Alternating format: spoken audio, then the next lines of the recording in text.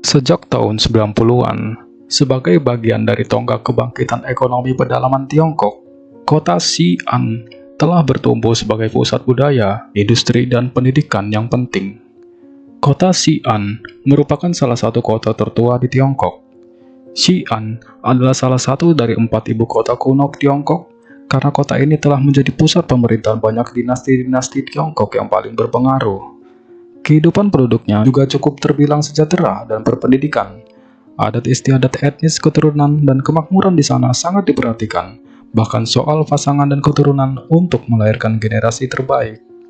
Kapan ya jodohku datang? Kapan aku nikah?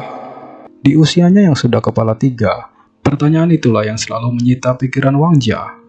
Dia anak tunggal, lahir dari keluarga berada yang tinggal di Xi'an, Provinsi Shanxi, Cina. Ayahnya pegawai negeri dan ibunya seorang perawat. Wang Jia mandiri, patuh, rajin, dan pandai bergaul.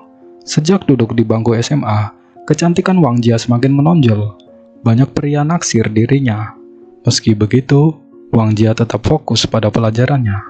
Minatnya terutama pada puisi dan cerita fiksi. Nilai-nilainya memuaskan. Hingga setamat SMA, dia diterima di Fakultas Sastra Universitas Negeri Northwest. Perkuliahan Wang Jia berjalan lancar. Dia lulus dengan nilai memuaskan, dan tidak perlu waktu lama, dia langsung diterima bekerja di sebuah perusahaan penerbitan buku di kota Xi'an. Dengan gajinya itu, dia bisa mencicil sebuah apartemen. Tapi dari semua pencapaian itu, ternyata masih ada yang kurang dalam hidup Wang Jia, yaitu soal jodoh. Sebenarnya Wang Jia pernah 3 kali pacaran, tetapi semua berhenti di tengah jalan. Ketika kemudian dirinya kembali menemukan cinta, ternyata tidak jauh-jauh. Pria itu adalah rekan sekantornya. Wang Jia dan si pria saling mencintai, dan ketika hubungan itu semakin serius, Wang Jia mengajak si pria itu ke rumahnya untuk dikenalkan kepada orang tuanya. Tapi, yang ada si pria malah ragu setelah bertemu orang tua Wang Jia, sebab si pria berasal dari keluarga miskin. Orang tuanya tidak berpendidikan, sedangkan orang tua Wang Jia berpendidikan dan berkecukupan. Meski begitu, hubungan Wang Jia dan si pria masih berlanjut, hingga tiba saatnya orang tua Wang Jia diperkenalkan dengan orang tua si pria. Ternyata, orang tua wanita itu merasa tidak sreg dengan orang tua si pria. Mereka menganggap perbedaan beda level terlalu jauh, baik dari segi wawasan, pembicaraan, dan perekonomian. Orang tua Wang Jia pun minta agar anak perempuan mereka menyudahi hubungan dengan si pria itu.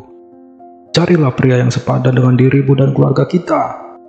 Begitu kata mereka. Meski sedih, Wang Jia menuruti keinginan orang tuanya. Dia hormat dan sayang pada mereka. Dia tidak mau menyakiti hati mereka dengan berpacaran dan menikah tanpa restu. Sejak saat itu, Wang Jia lebih berhati-hati dalam memilih pria. Dia tidak ingin kecewa lagi karena orang tuanya tidak menyetujui pilihannya. Karena sikapnya ini, sebagian teman menganggap dirinya terlalu pilih-pilih dalam urusan jodoh. Tidak terasa, waktu pun berlalu. Usia Wang Jia sudah masuk kepala 3, tapi dia masih sendiri saja. Kini, orang tuanya yang gusar. Mereka sudah pensiun, usia semakin tua, tapi anak tunggal mereka masih saja jomblo. Padahal, Wang Jia punya segalanya.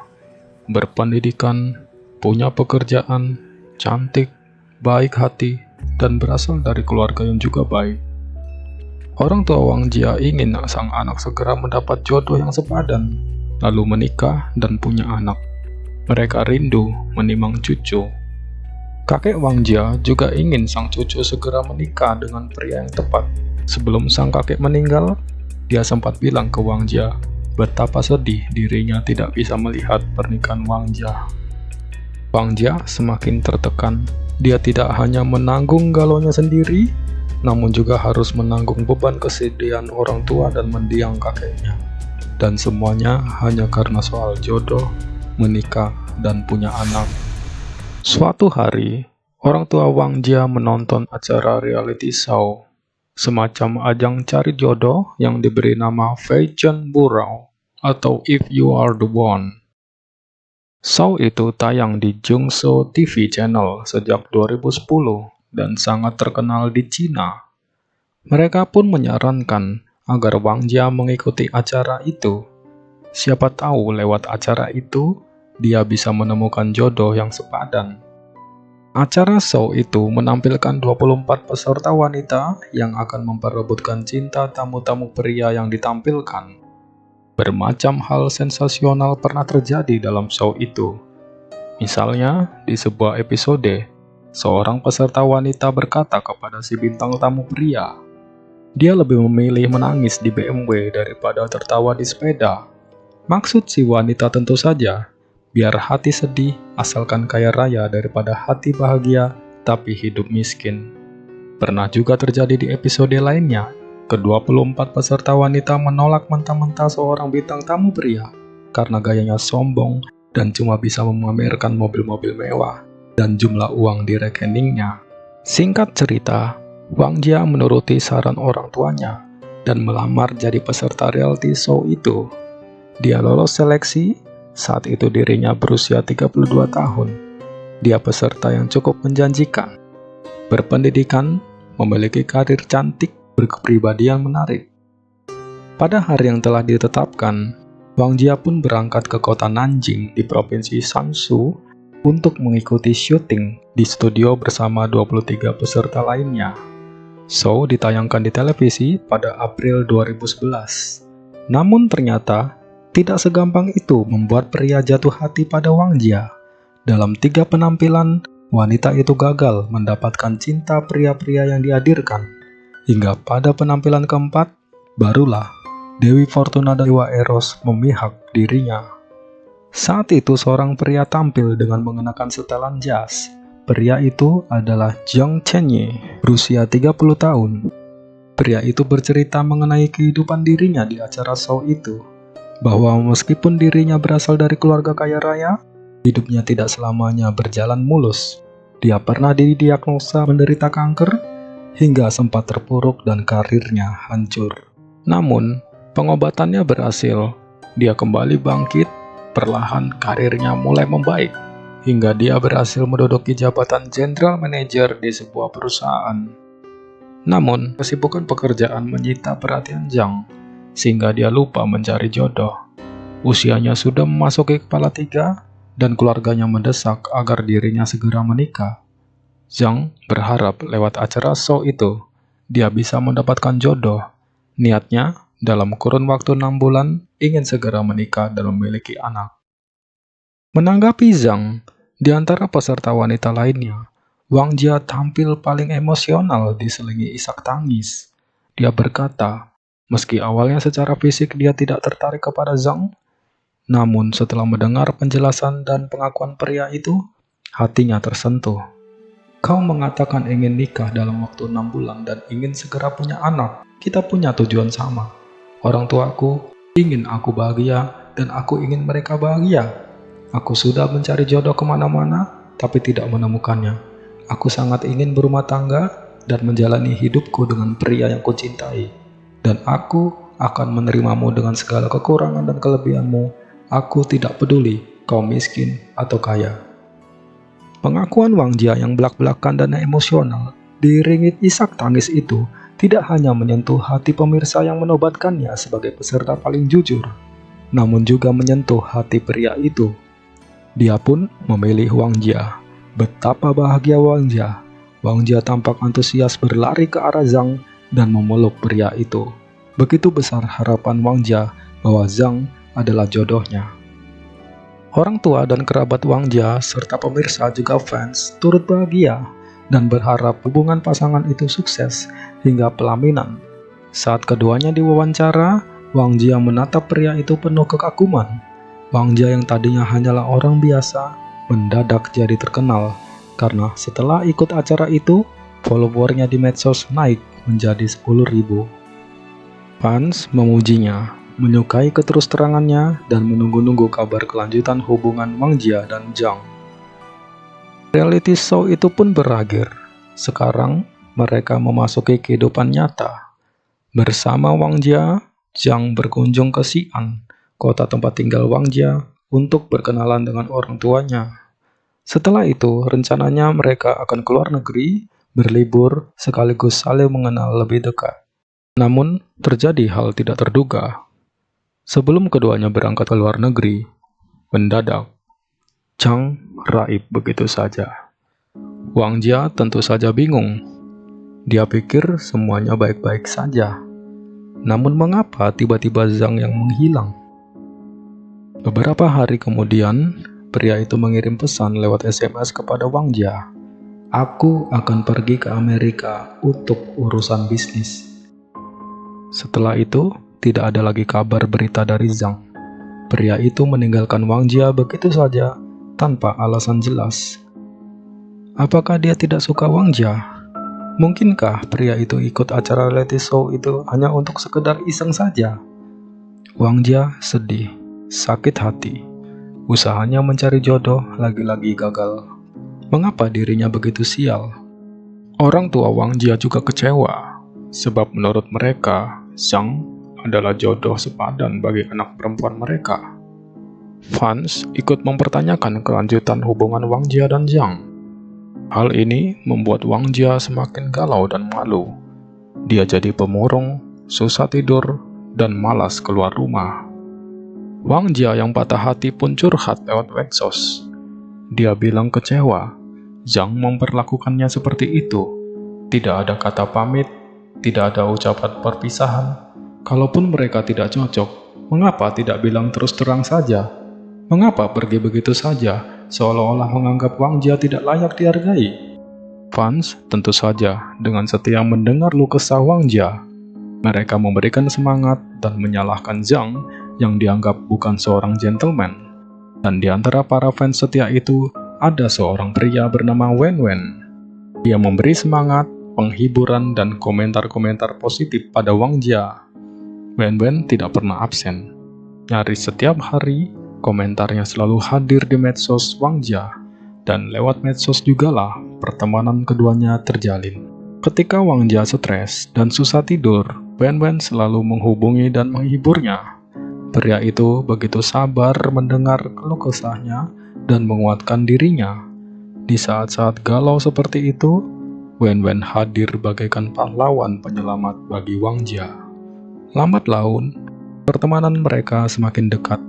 Mulai terjalin rasa sayang, rasa rindu, sehari saja tidak berkomunikasi, seperti ada yang kurang. Pada 27 Mei 2011, keduanya pun sepakat bertemu langsung untuk pertama kalinya. Ternyata sosok Wen Wen alias Se Chawen tidak mengecewakan. Tingginya 180 cm. Dia pegawai bank dan orang tuanya guru. Ketika Wen Wen menyatakan cintanya, Wang Jia pun menerima, dan kali ini orang tua Wang Jia setuju dengan pilihan si anak, sebab menurut mereka, Wen Wen adalah pria yang sepadan. Dia punya pekerjaan lumayan, dan orang tuanya memiliki profesi terhormat, yaitu guru. Kabar gembira itu segera disebarkan Wang Jia di medsosnya, tapi Wen Wen marah. Hubungan kita masalah pribadi, tidak perlu kau umbar ke orang lain. Wang Jia terkejut. Apa salahnya berbagi kabar gembira ke teman-teman dan fansnya di medsos? Dia ingin semua orang tahu dirinya sudah mendapatkan calon pendamping hidup. Saat itu mulai timbul rasa kecewa di hati Wang Jia terhadap Wen Wen meski tidak ditunjukkannya. Dan demikianlah hubungan Wang Jia dan Wen Wen berlangsung cepat. Mereka bahkan sudah merenovasi apartemen tempat tinggal mereka. Namun pada saat yang sama, mendadak muncul orang ketiga yang tidak diundang, yaitu mantan pacar Wen Wen. Sang mantan menghubungi Wen Wen dan membujuk pria itu untuk kembali. Saat mengetahui hal itu, Wang Jia kembali kecewa. Mengapa Wen Wen menyimpan rahasia dan sejak awal tidak berterus terang mantannya menghubunginya dan mengajaknya kembali? Apakah semuanya akan terulang lagi saat semua pria yang dekat dengannya akhirnya meninggalkannya? Wang Jia mulai berpikir ulang tentang hubungannya dengan Wen Wen. Benarkah dia mencintai Wen Wen? Benarkah pria itu yang terbaik baginya? Wang Jia mulai mengkalkulasi. Wen Wen hanyalah pegawai bank biasa. Keluarganya juga biasa saja, bukan keluarga kaya raya. Dan yang bikin kecewa, ternyata Wen Wen masih berhubungan dengan mantannya. Bulat sudah niat Wang Jia. dia dan Wen Wen sebaiknya putus saja. Tapi pada saat yang sama, Wang Jia menemukan dirinya hamil. Hal ini benar-benar di luar perkiraan. Tidak ada pilihan lain. Wang Jia tidak boleh putus dari Wen Wen. Sebaiknya, demi bayi dalam kandungan, mereka pun segera menikah pada 30 Januari 2012. Tapi bukannya bahagia, yang terjadi malah runyam. Hamil tanpa direncanakan dan menikah buru-buru ternyata tidak enak. Apalagi sebenarnya Wang Jia sudah berniat memutuskan hubungan dengan Wen Wen. Semakin hari, perut Wang Jia semakin besar. Wajah dan kakinya membengkak. Tubuhnya terasa letih. Moodnya buruk. Wang Jia yang tadinya cantik dan menarik, kini berubah. Wajahnya lusuh dan letih. Sedangkan peserta lain yang dulu tampil bersama Wang Jia di reality show justru semakin sukses. Ada yang menerbitkan buku, ada yang jadi penyanyi dan mengeluarkan album, dan ada yang akhirnya mendapatkan jodoh kaya raya. Saat Wang Jia menghadiri wedding mewah itu, dia semakin gusar membandingkan kehidupan dirinya dengan teman-temannya sesama peserta. Popularitas yang datang setelah mengikuti reality show itu sebenarnya bisa menguntungkan peserta jadi terkenal.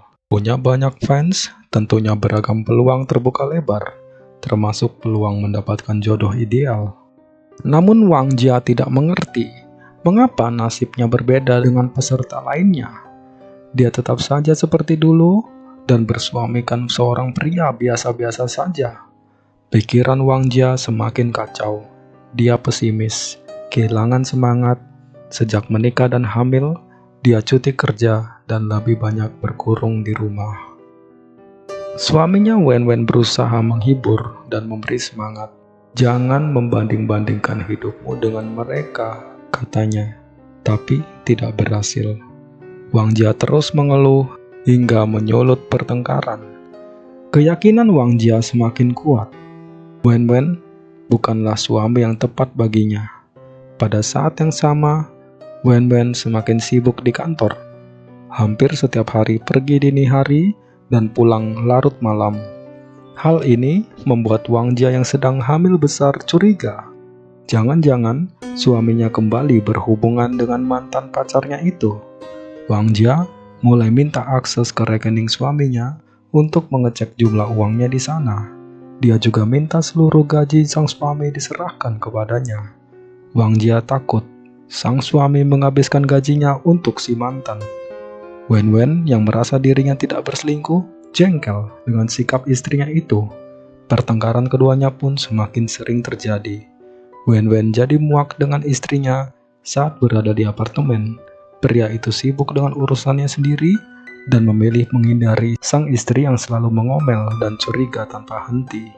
Melihat suaminya bertambah cuek padanya, Wang Jia makin uring-uringan. Dia sedih, murung, malas makan, hingga akhirnya Wen Wen membujuknya berkonsultasi ke psikiater. Wang Jia didiagnosa menderita depresi. Mungkin depresi itu sudah dimulai sejak Wang Jia ditinggal begitu saja oleh Zhang, atau bahkan sejak dia menerima tekanan bertubi-tubi dari orang tuanya untuk segera menikah. Semenjak tahu sang istri depresi, sikap Wen Wen berubah lembut. Dia luangkan waktu untuk berbincang dengan sang istri, juga berjalan-jalan santai di waktu luang, dan terbukti hal itu sangat membantu. Kondisi Wang Jia membaik, tapi situasi itu tidak berlangsung lama. Pada 31 Juli 2011, ketika Wen Wen menyiapkan sarapan dan mengajak istrinya makan, Wang Jia menolak. Dia sibuk chatting di laptop dengan temannya sesama peserta reality show. Mereka saling membandingkan kehidupan masing-masing. Wen Wen yang muak dengan segala sesuatu yang berhubungan dengan reality show itu marah. Dia sambar dan banting laptop Wang Jia. Sudah kubilang, jangan lagi hubungi mereka. Umurmu sudah hampir 34. Lupakan reality show itu dan terimalah kenyataan. Tentu saja, Wang Jia tidak terima diperlakukan seperti itu. Pecah pertengkaran hebat di antara keduanya. Esok harinya, pada 1 Agustus saat Wen Wen pulang kerja, Wang Jia menyambut dengan kalimat menohok. Aku tidak mau lagi hidup. Wen Wen yang jengkel dengan sikap istrinya itu menantang. Baiklah, kalau kau mau koit, aku akan ambilkan pisau untukmu. Wang Jia terdiam. Wen Wen pergi ke kamar main game menghindari istrinya. Untuk menenangkan diri, Wang Jia pergi keluar rumah. Tak lama kemudian, dia pulang, dan suaminya menyambutnya. Sepertinya kemarahan pria itu telah reda. Kau sudah makan? Tanyanya. Aku jajan di luar, jawab Wang Jia. Kemarahan Wen Wen kembali. Sudah tahu kau hamil, kau malah jajan di luar. Kau bisa membahayakan kandunganmu. Mendengar hardikan itu, Wang Jia murka, tapi dia berusaha menahan diri. Penyesalan bertubi-tubi kembali menguasai pikirannya. Seandainya dulu dia tidak memilih Wen Wen dan menikah dengannya, maka hidupnya tidak akan sengsara seperti sekarang. Bulat sudah tekad Wang Jia, dia akan habisi Wen Wen, dan setelah itu dia akan bundir. Koit adalah solusi terbaik untuk mengakhiri semua masalah. Malam pun tiba, keduanya tidur. Pukul 3 pagi pada 2 Agustus 2012, Wang Jia bangun dan mengambil pisau dapur.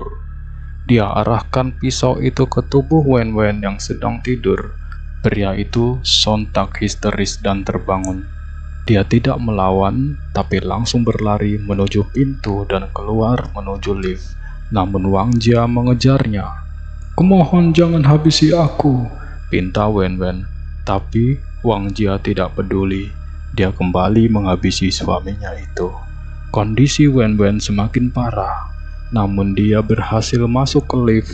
Dan karena begitu banyak luka dideritanya, banyak cairan merah di dalam lift itu, akhirnya Wen Wen ambruk di sana, tidak bergerak lagi. Melihat hal itu, Wang Jia terkejut. Dia berusaha membangunkan suaminya itu, tapi sia-sia. Dia segera menelpon ambulans, lalu melukai perut dan dadanya dengan pisau itu. Ambulans segera tiba di TKP, tapi terlambat. Wen Wen telah meninggal dunia karena kehabisan cairan merah, sedangkan Wang Jia baik-baik saja. Anehnya, lukanya tidak parah. Meskipun dia mengaku ingin bundir dan koit bersama suaminya, Wang Jia kemudian diringkus polisi dan diinterogasi. Saat berada di tahanan, beberapa kali dia mencoba bundir, namun bisa digagalkan. Di penjara, akhirnya Wang Jia melahirkan bayi yang sehat. Mendengar kabar gembira itu, orang tua Wen Wen yang awalnya murka anak tunggal mereka tewas di tangan Wang Jia, memutuskan memaafkan Wang Jia. Bagaimanapun, Wang Jia adalah ibu dari cucu mereka, dan wanita itu juga telah membayar kompensasi kurang lebih 60 juta rupiah kepada orang tua Wen Wen. Pada April 2013, pengadilan menjatuhkan vonis pada Wang Jia, hanya 13 tahun penjara, sebab secara medis terbukti wanita itu menderita depresi berkepanjangan. Wang Jia lalu banding dan sukses. Hukumannya berkurang jadi 10 tahun penjara. Nasib dan masa depan orang tidak ada yang tahu. Dulu Wang Jia adalah sosok normal, berpendidikan, cantik, punya pekerjaan yang baik, namun pada akhirnya dia berakhir di balik penjara. Ada yang mengatakan Wang Jia wanita yang tidak bersyukur, terlalu materialistis, dan hanya fokus dengan kesuksesan teman-temannya, hingga akhirnya cemburu dan depresi. Tapi, benarkah seperti itu? Kalau dilihat dari awal, Wang Jia sebenarnya wanita baik. Dia bukan wanita materialistis. Dia bahkan pernah mencintai seorang pria dari keluarga sederhana yang kemudian ditentang orang tuanya. Sepertinya hidup Wang Jia mulai karut ketika orang tuanya, bahkan kakeknya, terus-menerus mendesak dia menikah karena usianya yang semakin tua, hingga kemudian mereka menyarankan dia ikut acara reality show itu untuk mencari jodoh, dan dari sinilah semuanya hancur.